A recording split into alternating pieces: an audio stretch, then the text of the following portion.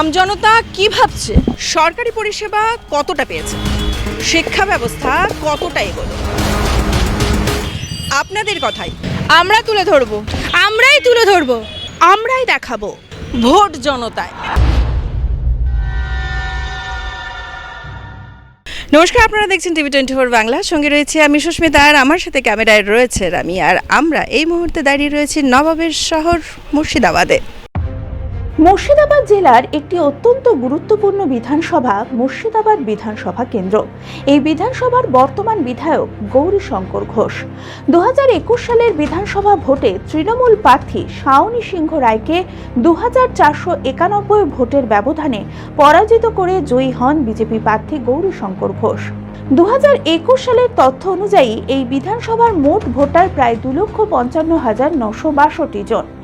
2024 সালের লোকসভা ভোটে মুর্শিদাবাদ বিধানসভা কেন্দ্রে সিপিআইএম প্রার্থী মোহাম্মদ সেলিম তৃণমূল প্রার্থী আবু তাহের খানের থেকে 3,828 ভোটে এগিয়ে থাকলেও সামগ্রিকভাবে আবু তাহের খান জয়ী হন।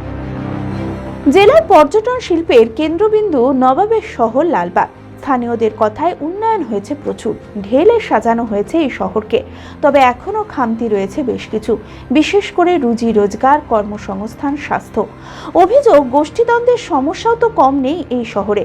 তবে কি আবার পদ্মফুলি ফুটবে এই বিধানসভায়, নাকি হবে পরিবর্তন? কি চাইছে নবাবের জেলা? ব্যস্ততম শহর আর ব্যস্ততম তার রাস্তা, আর সেই ব্যস্ততম রাস্তায় কিন্তু এখনো পর্যন্ত নবাবিপনার কোনো কমতি থেকে যায়নি। এখনো কিছু কিছু এমন জিনিস রয়েছে যেটা এই নবাবের শহরেই আমরা পেয়ে থাকি। এই মুহূর্তে দেখতে পাচ্ছেন আমি রয়েছে নবাবের শহরের টাঙা গাড়িতে। বছরের পর বছর তারা এই টাঙা গাড়ি চালিয়েই তাদের দিন যাপন করছে। কি তারা পূর্বে পেয়েছে, ভবিষ্যতে কি তাদের চিন্তা ভাবনা, আসুন না জেনে নিই তাদের মুখেই তাদের কথা। এই মুহূর্তে রয়েছে আমার সাথে এক দাদা, যিনি দীর্ঘ বছর ধরে এই ঘোড়া গাড়ি চালিয়ে তাদের জীবনযাপন করেন। দাদা, আপনার নাম? আমার নাম অশোক মণ্ডল। কত বছর ধরে এই ব্যবসা করেন? আমি 2000-এর আগে থেকে গাড়ি চালাচ্ছি। 2000 আগে থেকে। সেই সময় আর এই সময়ের মধ্যে, এই দুটো সময়ের মধ্যে পার্থক্য কি? তখনকার সময়টা ছিল যে এমনই আমাদের, যে আমরা যদি একটা টিপ ভাড়া মেরেছিলাম সেই টাইমটাতে আমাদের সংসারটা বেশ ভালো চলতো। তখন 2 টাকার দাম ছিল। আর এখন যদি আমরা 100 টাকা বা 50 টাকা ইনকাম করছি, সে টাকার দাম নাই। কেন? তখনকার আমরা একটা টিপ ভাড়া মেরেছি, খুব শান্তি ছিল। এখন 2টো টিপ ভাড়া মেরেও আমাদের সেই শান্তিটা নাই। কেননা এখন বহু রকমের যানবাহন এখানটাতে তৈরি হয়ে গেছে। ভাড়া আমরা বেশি নিচ্ছি, কিন্তু আমাদের ইনকামের সোর্স দিক থেকে ইনকাম যা হচ্ছে তার থেকে পয়টা আমাদের বেশি হয়েছে। যে অনেক জিনিসপত্রের দাম বেড়ে গেছে, বেড়ে গেছে। তখনকার আমরা 30 টাকা, 40 টাকা, 50 টাকা অব্দি লোকের কাছ থেকে পার হেড নিয়েছিলাম, কিন্তু আমরা 300 টাকা ইনকাম করে লিখে শান্তিতে খাচ্ছিলাম বা পয়সাও থাকছিল। এখন আমরা 1000 টাকা ইনকাম করে লিখে সে পয়সাটা থাকছে না, যেহেতু সমস্ত জিনিসের দামটা আপনার বেড়ে গেছে বলে করতে পারছি না।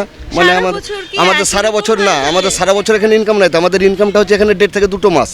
25শে ডিসেম্বর থেকে 26শে জানুয়ারি অবধি আমাদের এখানে ভরপুর লোক হয়। তার থেকে ধরেন 10 দিন আগে থেকেও হতে পারে, কমও হতে পারে। 26শে জানুয়ারি পার হয়ে যাওয়া মানে আমাদের লোকজন এখানে কমে গেল। তারপর লোকজন কমে যাওয়ার পর থেকে আমাদের ইনকামটাও কমে গেল। আমাদের যে এই যে আপনি যে সময়টার কথা বললেন, একটা মাসের কথা, তাহলে সারা বছর আপনারা কি করেছেন? সারা বছর আমাদের ঘোড়া গাড়ি চালাতে হয়। সময় রাজমিস্ত্রি যখন দেখি যে খুব অভাব চলছে, চলতে পারছি না, হয়তো রাজমিস্ত্রির কাজ করতে হয়। অনেকে মাঠের কাজ জানে, তারা মাঠের কাজে চলে যায়। আমি হয়তো চাইলাম বিজেপিকে, আরেকজন চাইছে তৃণমূলকে, আরেকজন চাইছে সিপিএমকে। কার মনের কথা কাউরি বলা যাবে না। যখন ভোটে যে জিতবে সেই রাজত্ব বা সেই গদি দেবে। সরকারি আসুক না, সরকারের কাছে আবেদন। সরকার কোনো সরকারি আমাকে দিয়ে বেশি কিছু চালায়নি, না বিজেপি দিচ্ছে, না তৃণমূল দিচ্ছে, না কেউ দিচ্ছে।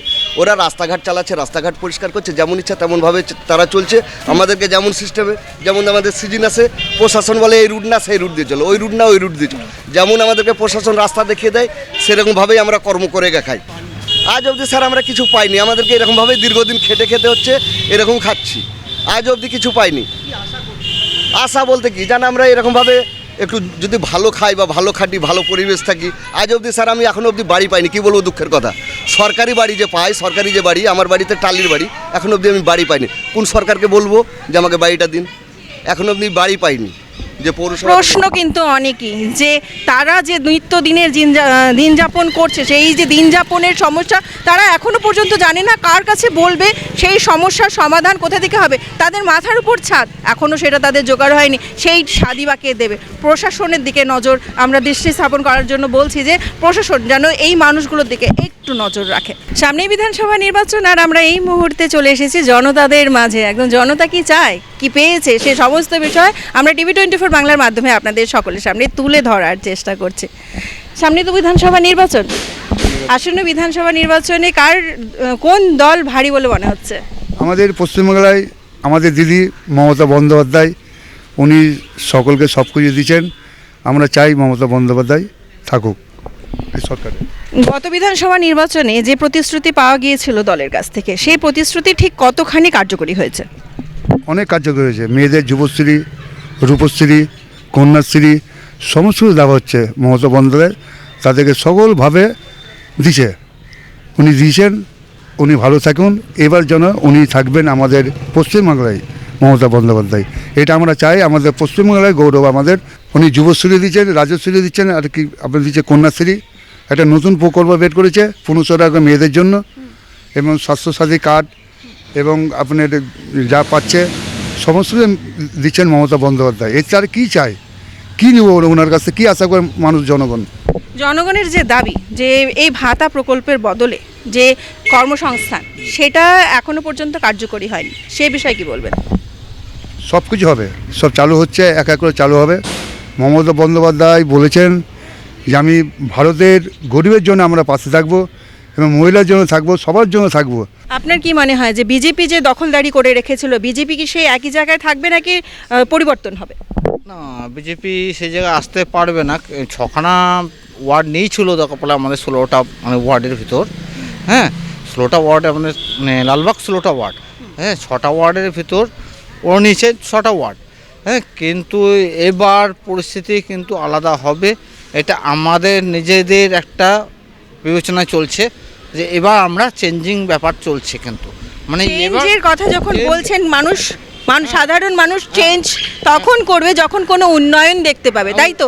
লালবাগে এই 5 বছরে উন্নয়ন কি হয়েছে? লালবাগে 5 বছরে উন্নয়ন বলতে প্রচুর করেছে আমাদের চেয়ারম্যান বর্তমান, হ্যাঁ, ইন্দ্রজিৎ ধর মহাশয়। হ্যাঁ, মানে বাপনদা যাকে বলা হয়, আমরা বাপনদা বলেই ডাকি। হ্যাঁ, উনি কিন্তু প্রচুর উন্নয়ন করেছে। হ্যাঁ, উন্নয়নের ব্যাপারে আর কি বলবো, মানে কোথা দিয়ে এখনো অবধি কাজ চলছে পৌরসভাতে। 5 বছর আগে পরিস্থিতি ভালো ছিল। 5 বছর আগে জিনিসপত্রের দাম কম ছিল, যেমন আমাদের এইসব জিনিসে প্রচুর ট্যাক্স লাগছে এখন। তারপরে এক একটা জিনিসের দাম, প্রতিটা জিনিসে 5 টাকা 10 টাকা 15 টাকা করে বেশি। এবার যারা পর্যটকরা আসছে ঘুরতে, তারাও এসে হয়রান হয়ে যাচ্ছে কি সব জিনিসেই দাম বেশি, কি করে কিনবো, কি করে নিব। ওই ভিত্তি থেকে আপনাদের দাম বেশি হওয়ার জন্য এই আমাদের ব্যবসার এখন হালাতটা একটু খারাপ। মুর্শিদাবাদ যে আমাদের শহর, এটা তো নবাবের শহর, প্রচুর ঐতিহাসিক প্লেস এখানে রয়েছে। বাইরে থেকে পর্যটকেরা ঠিক সেই কারণে আসে। ঠিক এরকম সময়ই ভোট পূর্ববর্তী সময়ে এখানে বাবরি মসজিদ তৈরি হচ্ছে, সেটা নিয়ে কিছু বলবেন? বাবরি মসজিদ তৈরি হচ্ছে সেটা ভালো কথা, কিন্তু বাবরি মসজিদ নিয়ে যদি কোনো দাঙ্গা ফাসাদ হয় ওইটা আমরা চাইবো না। এখানে প্রায় আপনার 35 বছর ধরে আছি, বিভিন্ন কাজের সাথে যুক্ত আছি। বর্তমানে এখন টোটো চালক। আচ্ছা, কি পরিস্থিতি দেখছেন এই মুহূর্তে? পরিস্থিতি তো খুবই খারাপ, দিনের দিন খারাপের দিকে যাচ্ছে। আজ থেকে 10 বছর বা 15 বছর আগে যে ব্যবসাটা আমাদের এখানে ছিল বা ট্যুরিস্ট যেটা ছিল, সেটা এখন 80% নেই, 20% আসছে এখন টুরিস্ট। দ্রব্যমূল্য বৃদ্ধি বেড়ে গেছে, তারপরে টিকিট কাউন্টারে মানে প্রত্যেকটা জায়গায় আমাদের টিকিট করে দেওয়া হয়েছে। আর্কিওলজিক্যাল সার্ভে অফ ইন্ডিয়া প্রথমে ছিল 2 টাকা টিকিট, তারপরে 10 টাকা, এখন 25 টাকা টিকিট। কাটুলা বাগানে গেলে আপনার 40 টাকা 50 টাকা টিকিট, জগৎসেটে বাড়ি গেলে 30 টাকা টিকিট, মতিঝিল পার্কে প্রত্যেকটা জায়গায় টিকিট এখন হয়ে গেছে। এর জন্য তো মানে টুরিস্ট আসা বন্ধই করে দিয়েছে। তাতে আপনাদের কতটা ক্ষতি হচ্ছে? ক্ষতি প্রচণ্ড ক্ষতি হচ্ছে। আমাদের ডিসেম্বর জানুয়ারি ফেব্রুয়ারি মাস পর্যন্ত আমাদের সিজন টাইম চলতো, সেটা এখন আর হয় না। আপনার ডিসেম্বর থেকে 10 তারিখ থেকে জানুয়ারি মাসের 25-30 পর্যন্ত হয়, তারপরে একদম টুরিস্ট আসে না, রেয়ার। এখন তো রমজান মাস চলছে, রমজান মাসে একদমই অ্যাকচুয়ালি এটা মুসলিম সম্প্রদায়ের জায়গায় বলে মুসলিম সম্প্রদায় মানুষ তো আসতে পারছে না, ওদেরকে নিয়ে ব্যবসাটা বেশি হয়। এখানে জাতি ধর্ম নির্বিশেষে সকলে আসে। কিন্তু এই যে বাবরি মসজিদ নিয়ে ঝামেলা যেটা চলছে, কিছুদিন আগে শামশেরগঞ্জ, কিন্তু আমাদের এখানে কোনো দুর্ঘটনা ঘটেই নেই, কিন্তু ঘটে গেছে অন্য জায়গায়।